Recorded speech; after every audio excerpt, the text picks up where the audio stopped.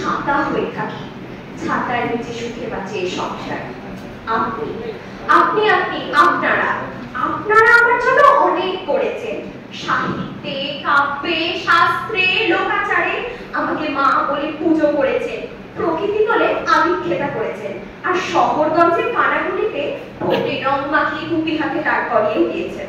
হ্যাঁ, আমি সেই মেয়ে। একদিন হয়তো একদিন, হয়তো অন্য কোনো একদিন আমার সমস্ত মিথ্যে পোশাক ছুঁড়ে ফেলে দিয়ে আমি হয়ে উঠবো সেই অসামান্যা। খোলা চুল মেঘের মতো ঢাকবে আমার খোলা পিঠ, দু চোখে জ্বলবে ভীষণ আগুন, কপাল ঠিকতে বেরোবে ভয়ঙ্কর তেজরশ্মি, হাতে ঝলসে উঠবে সেই খড়গ, দু পায়ে নুপুরে বেজে উঠবে রণতুন ধুবি, নৃশংস অট্টহাসিতে ভরে উঠবে আকাশ।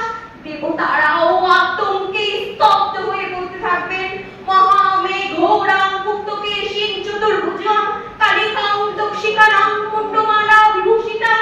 বিভৎস দাবানলের মতো আমি এগোতে থাকবো, আর আমার এগিয়ে যাওয়ার পথের দুপাশে মুন্ডহীন অসংখ্য দেহ ছটপট করতে থাকবে। সভ্যতার দেহ, প্রগতির দেহ, উন্নতির দেহ, সমাজের দেহ। হয়তো আমি সেই নেই, হয়তো ধন্যবাদ।